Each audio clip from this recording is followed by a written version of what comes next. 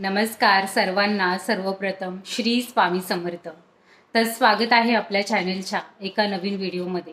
तर आजच्या व्हिडिओमध्ये मी तुम्हाला श्री स्वामी समर्थ महाराजांसाठी सुंदर अशी कंथा टोपी बनवून दाखवणार आहे। कंथा टोपी कशी शिवायची, हे डिटेलमध्ये माप कसं घ्यायचं, याच्या बऱ्याच व्हिडिओ आपल्या चॅनलवरती ऑलरेडी अपलोड केलेले आहेत। पण आज जी कंथा टोपी मी तुम्हाला शिवून दाखवणार आहे तो एक वेगळा शेप मी तुमच्यासोबत शेअर करणार आहे।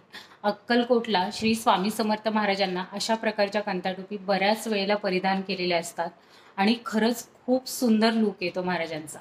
तर आज त्याच पद्धतीने मी तुम्हाला कंथा टोपी कशी शिवायची, एकदम सोप्या पद्धतीने दोन्ही बाजूचा शेप कसा आला पाहिजे हे मी तुम्हाला डिटेलमध्ये समजावून सांगणार आहे। तर व्हिडिओ स्किप न करता पूर्ण बघा, कारण व्हिडिओच्या शेवटी मी महाराजांना वस्त्र परिधान करून सुद्धा तुम्हाला दाखवणार आहे। तर व्हिडिओ जर आवडली तर व्हिडिओला लाईक करा, शेअर करा आणि चॅनलवरती जर नवीन असाल तर चॅनलला नक्की सबस्क्राईब करा। आता आपण महाराजांसाठी सुंदर अशी कंथा टोपी शिवायला सुरुवात करूया। चला तर श्री स्वामी समर्थ महाराजांच्या मूर्तीसाठी सुंदर अशी कंथा टोपी आपण शिवायला सुरुवात करूया। तर बघा, कंथा टोपी डिटेलमध्ये कशी शिवायची हे मी तुम्हाला सांगणार आहे, पण त्याच मॅचिंगची मी शेला सुद्धा शिवलेला आहे। तर बघा, सुंदर असा गुलाबी रंगाचा शेला मी महाराजांसाठी शिवलेला आहे आणि याच्यावरचीच मॅचिंग आपल्याला कंथा टोपी शिवायची आहे। तर 11 इंचाची महाराजांची मूर्ती आहे आणि शेल्याचं माप मी तुम्हाला सांगते। याची जी लांबी आहे ती 20 इंच आहे आणि रुंदी जी आहे ती 10 इंच घेतलेली आहे। हा रेडी माप आहे, याच्यामध्ये तुम्ही 1-1 इंच वाढवून लांबी रुंदी घेऊ शकता आणि फक्त अस्तर आणि मेन कापड जोडून घ्यायचं आहे। चारी बाजूने शिलाई मारून घ्यायची आणि नंतर चारी बाजूने डबल फोल्ड मारून शिलाई मारून घ्यायची। अशा पद्धतीने मी ही डबल फोल्ड मारून शिलाई मारून घेतलेली आहे। खूप सुंदर फिनिशिंग येते। तर सुंदर असा शेला मी पहिल्यांदा शिवून घेतलेला आहे। आता आपण याच्यावरची मॅचिंग अशी कंथा टोपी शिवायला सुरुवात करूया। तर कंथा टोपीचा डिटेल माप मी तुम्हाला सांगते, डायग्राम कसा काढायचा हे सुद्धा तुम्हाला दाखवते। तर व्हिडिओ स्किप न करता पूर्ण बघा। तर बघा, जो शेल्याचा कापड घेतलेला होता सेम कापड मी कटिंग करून घेतलेला आहे। 2 जे मेन कापडाचे तुकडे घेतलेले आहेत आणि 2 अस्तरचे तुकडे घेतलेले आहेत। तर अस्तरचा जो तुकडा आहे त्याचा मी माप तुम्हाला सांगते, त्याच पद्धतीने आपल्याला हे चारही तुकडे कटिंग करून घ्यायचे आहेत। तर बघा, 5.5 इंच उंच आहे आणि 6 इंच रुंद आहे। असा 6 इंच आहे आणि उभा 5.5 इंच आहे। अंदाजे मी घेतलेला आहे, तुम्ही सुद्धा महाराजांच्या मूर्तीचा जो घेर असणार आहे त्या अंदाजे घ्यायचा आहे। तर बघा, सेम हे कापड मी कटिंग करून घेतलेले आहेत। मेन कापडाचे 2 तुकडे आणि अस्तरचे 2 तुकडे अशा पद्धतीने घेतलेला आहे। तर आता महाराजांच्या मूर्तीचा जो डोक्याचा जो घेर आहे तो 6.2 इंच आहे। माझ्याकडे 11 इंचाची मूर्ती आहे आणि 11 इंचाचा घेर हा 6.2 किंवा 6.34 असा असतो। तुम्ही घेताना व्यवस्थित मोजून घ्या। मेजर टेप तुम्हाला डोक्याला व्यवस्थित अशा पद्धतीने गोल करून लावायचे आहे आणि माप तुम्हाला घ्यायचा आहे। तर आता 6.2 इंच म्हणजे 6 नंतरच्या ह्या 2 रेषा एवढा आपला माप येणार आहे। रेडी जो घेर आहे तो 6.2 इंच असणार आहे। तर हा जो कापड आहे तुम्ही साईडला ठेवून घेते। आता आपल्याला कॅनव्हास पेपर, तर बघा कॅनव्हास पेपर आपल्याला घ्यायचा आहे। तर जो पातळवाला जो कॅनव्हास पेपर येतो याचे मी 2 तुकडे घेतलेले आहेत। तर बघा, पातळवाला जो हा कॅनव्हास पेपर येतो त्याचे मी 2 तुकडे घेतलेले आहेत। तर कॅनव्हासचा जो माप आहे तो सुद्धा अंदाजे तुम्हाला जो अस्तरचा माप घेतलेला आहे त्याच मापामध्ये कटिंग करून घ्यायचा आहे।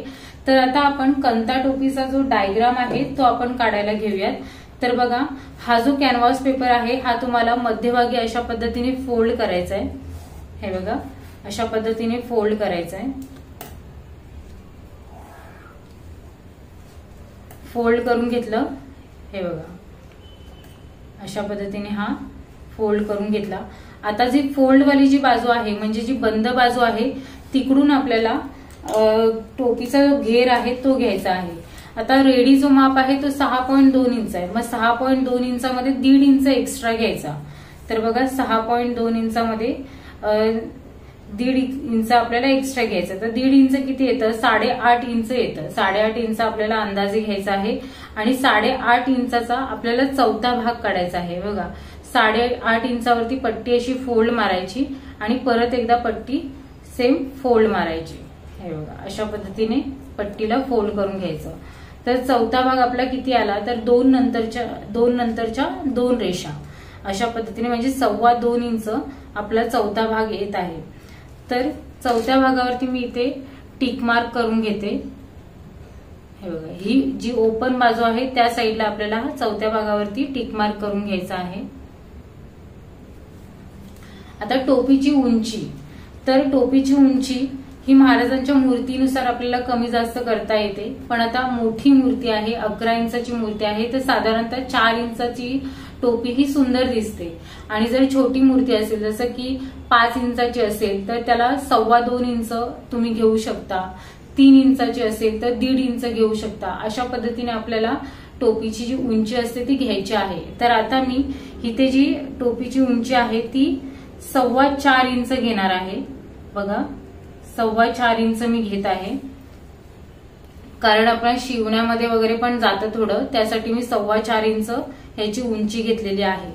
तर आता आपल्याला काय करायचं आहे, जो आपण चौथ्या भागावरती टिक मार्क केली आहे तिथून आपल्याला 0.5 इंच वरती सरळ रेषा घ्यायची आहे। हे बघा अशा पद्धतीने 0.5 इंचावरती आपल्याला सरळ रेषा मारून घ्यायची आणि 0.5 इंचावरून आपल्याला हा टोपीचा शेप देऊन घ्यायचा आहे, पानाचा शेप देऊन घ्यायचा आहे।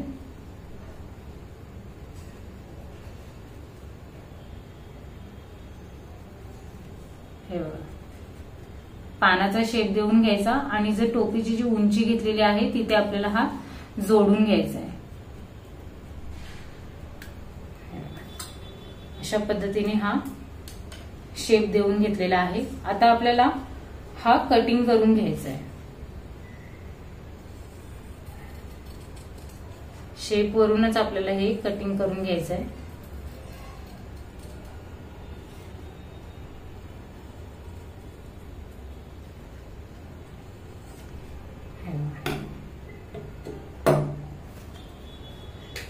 अशा पद्धतीने ही टोपी आपली तयार, टोपीचा जो डायग्राम आहे तो काढून झालेला आहे। हे बघा व्यवस्थित असा।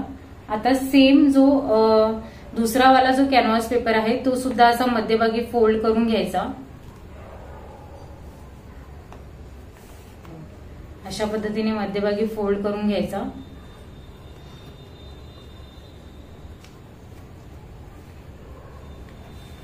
आणि त्याच्यावरती हा शेप ठेवून घ्यायचा आणि व्यवस्थित कटिंग करून घ्यायचा। अशा पद्धतीने हा कटिंग करून घ्यायचा। बघा दोन्ही हे जे पॅच आहेत ते आपले कटिंग करून झालेले आहेत। आता हा जो एक्स्ट्रा मी कॅनव्हास पेपर घेतलेला आहे हा थोडासा जाडावाला कॅनव्हास पेपर आहे। तुम्ही याच्याऐवजी नॉर्मल पेपर सुद्धा घेऊ शकता, वहीचा प्लेन पेपर सुद्धा घेऊ शकता। आता हा माझ्याकडे एक्स्ट्रा होता कॅनव्हास पेपर तर त्याचा मी हा तुकडा घेतलेला आहे। तर हा आपल्याला फिटिंग करताना लागणार आहे, तर तो मी साईडला ठेवून घेते आणि फिटिंग करताना याच्यावरती डायग्राम काढून तुम्हाला फिटिंग करून दाखवते। तर आता आपल्याला टोपी शिवायला सुरुवात करायची आहे। तर सगळ्यात पहिल्यांदा काय करायचं, हे जे मेन कापड आहेत त्यांना आपल्याला सरळ ठेवून घ्यायचंय। तर बघा ही याची उलटी बाजू आहे आणि ही सरळ बाजू आहे, तर सरळ ठेवून घ्यायचं आणि त्याच्यावरती आपल्याला अस्तर ठेवून घ्यायचंय। हे बघा अस्तरचे दोन्ही तुकडे एकमेकांवरती ठेवून घ्यायचे आणि हा जो पॅच आहे तो सुद्धा आपल्याला अशा पद्धतीने ठेवून घ्यायचा आहे। हे बघा व्यवस्थित असा हा पॅच जो आहे तो आपल्याला ठेवून घ्यायचा आहे आणि इथे खाली बेसला आपल्याला एक शिलाई मारून घ्यायची आहे। त्याचा जो काठ आहे तो काठ व्यवस्थित ठेवायचा आणि त्याच्यावरती आपल्याला एक सरळ शिलाई मारून घ्यायची आहे। हे बघा अशा पद्धतीने आपल्याला सरळ शिलाई मारून घ्यायची आहे। तर सगळ्यात पहिल्यांदा मी ह्या दोन्ही पॅचला खालून एक सरळ शिलाई मारून घेते। बघा दोन्ही पॅचला खालून शिलाई मारून झालेली आहे। आता आपल्याला पुढे काय करायचं आहे, तर कॅनव्हास आणि अस्तर अशा पद्धतीने पकडून जो मेन कापड आहे तो कॅनव्हासच्या दिशेने वळवून घ्यायचा आहे। हे बघा अशा पद्धतीने मेन कापड कॅनव्हासच्या दिशेने वळवून घेतला आणि वरती आपल्याला एक दाब शिलाई देऊन घ्यायची आहे। तर सगळ्यात पहिल्यांदा दाब शिलाई देऊन घ्यायची आणि दाब शिलाई देऊन झाल्याच्या नंतर हा जो कॅनव्हासचा शेप दिसतोय त्या शेप वरून आपल्याला शिलाई मारून घ्यायची आहे। जसा हा 0.5 इंच सरळ आहे आणि नंतर हा पानाचा आकार आहे त्याच पद्धतीने आपल्याला ही शिलाई मारून घ्यायची आहे आणि हा व्यवस्थित जोडून घ्यायचा आहे। तर मी अशाच पद्धतीने शिलाई मारून घेते आणि हे दोन्ही पॅच तुम्हाला तयार करून दाखवते। तर बघा, दोन्ही पॅचला पहिल्यांदा दाब शिलाई देऊन घेतली आणि नंतर जो पानाचा जो शेप होता त्या शेप वरून शिलाई मारून घेतली। आता जो एक्स्ट्राचा जो उरलेला कापड आहे तो आपल्याला कटिंग करून द्यायचा आहे। हे बघा, अशा पद्धतीने हा कटिंग करून घ्यायचा। थोडासा कॅनव्हास बाहेर आलाय पण ठीक आहे, तो फिटिंग मध्ये जाईल।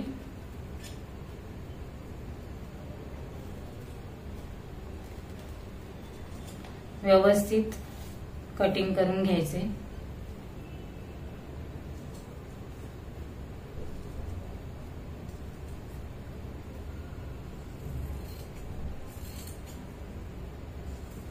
एक्स्ट्राचा जो कापड आहे ना तोच कटिंग करून घ्यायचा, शिलाईवरून कटिंग नाही करायचं।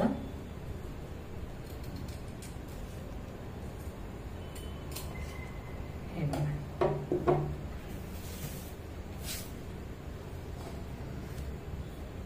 अशा पद्धतीने हे दोन्ही पॅच तयार झालेले आहेत। आता आपल्याला काय करायचं, हे जे पॅच आहेत ते एकमेकांवरती आपल्याला अशा पद्धतीने ठेवून घ्यायचंय। हे बघा, खालची जी बाजू आहे ती आपली सरळ ठेवून घ्यायची आणि हे दोन्ही पॅच जे आहेत ते एकमेकांवरती समोरच्या ज्या सरळ बाजू आहेत त्या ठेवून घ्यायच्या। अस्तरची जी बाजू आहे ती वरच्या साईडला येते। असं झाल्याच्या नंतर हा जो शेप आहे त्या शेपवरून परत आपल्याला शिलाई मारून घ्यायची। खालच्या बाजूला आपल्याला शिलाई नाही मारायची, फक्त ही जी पानाचा जो शेप आहे त्याच्यावरती आपल्याला शिलाई मारून घ्यायची आहे। आता हा जो इथे अर्धा इंच वरती आपण घेतलेला आहे त्याला सरळ वरती शिलाई घ्यायची आणि नंतर पानाचा जो शेप आहे त्याच्यावरून आपल्याला शिलाई मारून घ्यायची आणि हे दोन्ही जे पॅच आहेत ते एकमेकांना जोडून घ्यायचे। तर बघा, दोन्ही पॅच एकमेकांना जोडून झालेले आहेत। व्यवस्थित त्याचा पानाचा शेप घेऊन आपण दोन्ही पॅच जोडून घेतलेले आहेत। तर आता आपल्याला टोपीची फिटिंग करायची आहे। तर टोपीची फिटिंग करण्यासाठी सगळ्यात पहिल्यांदा टोपीला मध्यभागी फोल्ड करून घ्यायचं। अशा पद्धतीने मध्यभागी फोल्ड करून घ्यायचं आणि मध्ये आपल्याला पेनाने टिक मार्क करून घ्यायचंय। हे बघा, हा टोपीचा मध्य असणार आहे। तर आता फिटिंग करताना डायरेक्ट आपण टोपीवरती पण फिटिंग करू शकतो। कंता टोपीवरती डायरेक्ट फिटिंग कसं करायचं हे सुद्धा मी तुम्हाला याच्या आधीच्या व्हिडिओमध्ये सांगितलेलं आहे, पण आता ही कंता टोपी थोडीशी वेगळी आहे। आता याच्यावरती डायरेक्ट आपण फिटिंगसाठी माप घेतला आणि शेप काढून घेतला तर तो एवढा प्रॉपर येत नाही। इकडच्या साईडचा प्रॉपर आला तर कधी कधी इकडच्या साईडचा प्रॉपर येत नाही। त्यासाठी आपण जो कॅनव्हास पेपर किंवा ब्लँक पेपर मी तुम्हाला सांगितला त्याच्यावरती सगळ्यात पहिल्यांदा टोपीचा फायनल डायग्राम आपण काढून घेणार आहोत। फायनल जो माप आपला असणार आहे त्या मापानुसार याच्यावरती आपण डायग्राम काढून घेणार आहोत आणि त्याच्यानंतर टोपीवरती ठेवून आपण टोपीवरती शेप घेणार आहोत। तर बघा, फायनल डायग्राम कसा काढायचा हे मी तुम्हाला दाखवते। तर बघा, कॅनव्हास पेपर हा सुद्धा मी अंदाजेच घेतलेला आहे, तुम्ही सुद्धा अंदाजे घेऊ शकता किंवा मी याचा माप तुम्हाला सांगते। तर बघा, 4.5 इंच उंच आहे आणि 7 इंच रुंद आहे, असा मी अंदाजे कॅनव्हास पेपर कटिंग करून घेतलेला आहे। तुम्ही ब्लँक पेपर सुद्धा इथे वापरू शकता। तर बघा, अशा पद्धतीने या कॅनव्हास पेपरला मध्यभागी आपल्याला फोल्ड करून घ्यायचा आहे।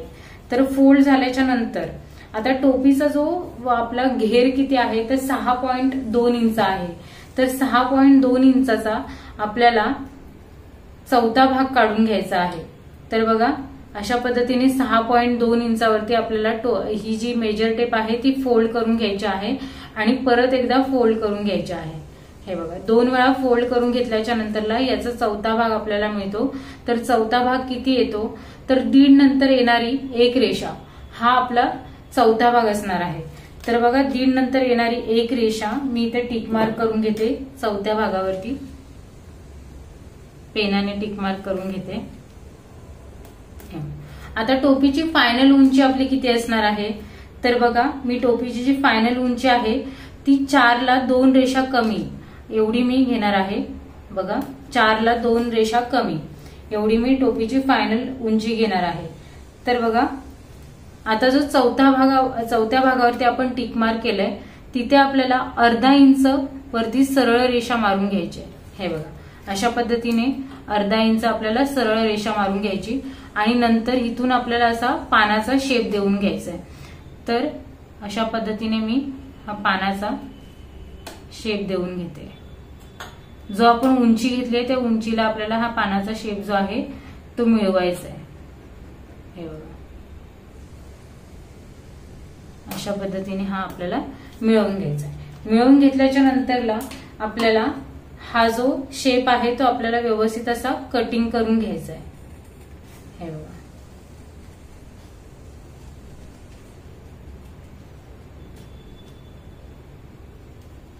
अशा पद्धतीने आपल्याला कटिंग करून घ्यायचं आहे।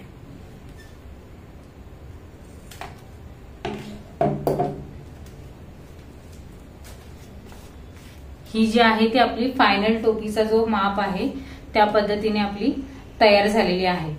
तर आता हा जो कॅनव्हास पेपर आहे याचा सुद्धा आपल्याला मध्य काढून घ्यायचा। इथे मी थोडंसं कट मार्क लावून घेते आणि आपल्याला अशा पद्धतीने हा जो मध्य आहे, मेन टोपीचा जो मध्य आहे त्या मध्यावरती हा मध्य आपल्याला ठेवून घ्यायचा आहे। हे बघा, अशा पद्धतीने हा ठेवून घ्यायचा। व्यवस्थित असा ठेवून घेतल्याच्या नंतर बरोबर याच्यावरूनच आपल्याला शिलाई मारून घ्यायची। व्यवस्थित असं पिनअप करू शकता, पिन तुम्ही मध्ये लावू शकता, टाचणी पिन, आणि डायरेक्ट याच्यावरती आपल्याला सरळ अशी शिलाई मारून घ्यायची। नंतर हा जो आहे तो आपण कटिंग करून काढून देऊ शकतो किंवा तसाच राहिला तरी पण काही प्रॉब्लेम येत नाही, पण मी नंतर हा काढून टाकणार आहे। बरोबर मध्यावरती मध्य ठेवायचा आणि टोपीचा जो शेप आहे त्या शेप वरती आपल्याला बरोबर पानाच्या आकाराने शिलाई मारून घ्यायची। तर आता मी व्यवस्थित असा हा शेप ठेवून घेते आणि पानाच्या आकाराने व्यवस्थित शिलाई मारून घेते आणि मग तुम्हाला दाखवते। तर बघा, अशा पद्धतीने हा जो कॅनव्हास पेपर आहे त्या कॅनव्हास पेपरवरून सरळ शिलाई मारून घेतली। ज्या शेपमध्ये आपण डायग्राम काढून घेतला होता त्या डायग्राम वरून मी शिलाई मारून घेतली। आता हा कॅनव्हास पेपर मी कटिंग करून टाकते। हे बघा, अशा पद्धतीने तुम्ही हा काढून टाकू शकता।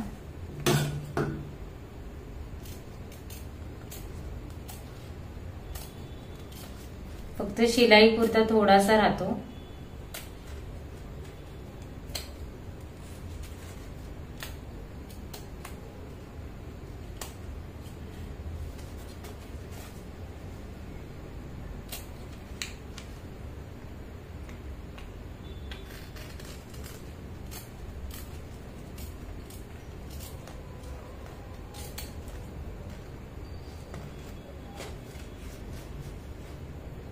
हे बघा, अशा पद्धतीने आता आपल्याला काय करायचंय पुढे, तर फिटिंग तर आपली प्रॉपर झालेली आहे। आता ज्या शेप वरून आपण शिलाई मारली त्या शेपच्या साईडने थोडा थोडासा कापड जो आहे तो आपल्याला कटिंग करून द्यायचा आहे। तर बघा, शिलाईवरून आपल्याला कट करायचं नाहीये, साईडने आपल्याला कटिंग करायचं आहे।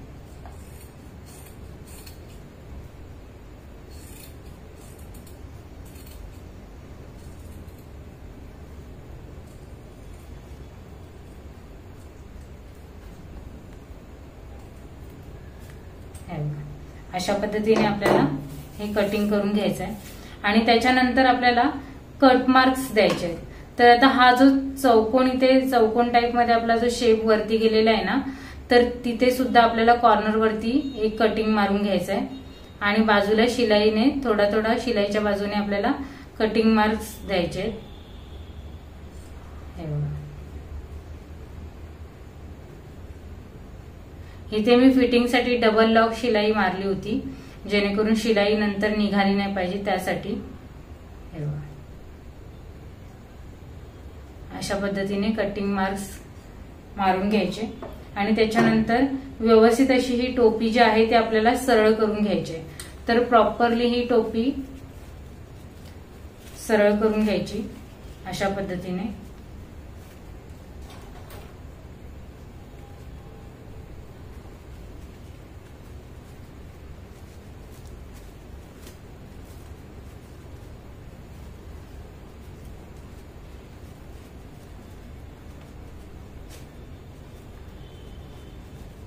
तर स्क्रूड्रायव्हरने मी व्यवस्थित हा शेप बाहेर काढून घेते। तर बघा सुंदर अशी ही कंता टोपी आपली तयार झालेली आहे आणि खूप छान असा महाराजांना परिधान केल्याच्या नंतर लुक येणार आहे। हे वस्त्र मी महाराजांना परिधान करून सुद्धा तुम्हाला दाखवणार आहे। व्हिडिओच्या शेवटी तुम्हाला बघायला मिळेल सुंदर असा हा शेला जो मी महाराजांसाठी शिवलेला आहे आणि त्याच्यावरची ही कंता टोपी हे मी महाराजांना परिधान करून दाखवणार आहे। तर याला मी कोणत्याही प्रकारची लेस वगैरे वापरलेली नाहीये, कारण हे जे काठ आहेत तेच एवढे सुंदर दिसत आहेत की याच्यावरती लेस अजून काहीतरी वेगळं वाटलं असतं, म्हणजे एकदम जास्त असं ओव्हर केल्यासारखं काहीतरी वाटलं असतं। त्यासाठी मी लेसचा अजिबात वापर केला नाहीये। तर काठ धरूनच सुंदर असा शेला आणि कंता टोपी महाराजांसाठी शिवलेली आहे। तर ही कंता टोपी व्यवस्थित असा डिटेलमध्ये माप कसा घ्यायचा, डायग्राम कसा काढायचा हे डिटेलमध्ये मी तुम्हाला सांगितलेलं आहे। काही जर का तुम्हाला प्रश्न असतील तर तुम्ही कमेंट्स करून मला विचारू शकता, मी नक्की तुम्हाला रिप्लाय देईन। तर आता हे वस्त्र मी महाराजांना परिधान करून कसे दिसतात हे तुम्हाला दाखवते, व्हिडिओच्या शेवटी नक्की बघा। तर बघा सुंदर अशी पूजा झालेली आहे आणि वस्त्र महाराजांना मी परिधान केलेले आहेत। खरंच खूप सुंदर असा लुक महाराजांचा तयार झालेला आहे, एकदम प्रसन्न वाटतंय। तर पिवळ्या फुलांची आरास केली आणि त्याच्यामध्ये महाराजांचे वस्त्र गुलाबी रंगाचे, खरंच खूप सुंदर कॉम्बिनेशन तयार झालेलं आहे आणि महाराज एकदम प्रसन्न वाटत आहेत, खूप प्रसन्न वातावरण तयार झालेलं आहे। तर हे वस्त्र महाराजांना परिधान केलेले आहेत आणि परिधान केल्याच्या नंतर तुम्हाला कसे वाटतात हे मला नक्की सांगा। तर व्हिडिओ जर आवडली तर व्हिडिओला लाईक करा, शेअर करा आणि चॅनलवरती जर नवीन असाल तर चॅनलला नक्की सबस्क्राईब करा। भेटूयात अशाच पुढच्या नवीन वस्त्रासोबत नवीन व्हिडिओमध्ये। तोपर्यंत सर्वांना श्री स्वामी समर्थ। जय जय स्वामी समर्थ।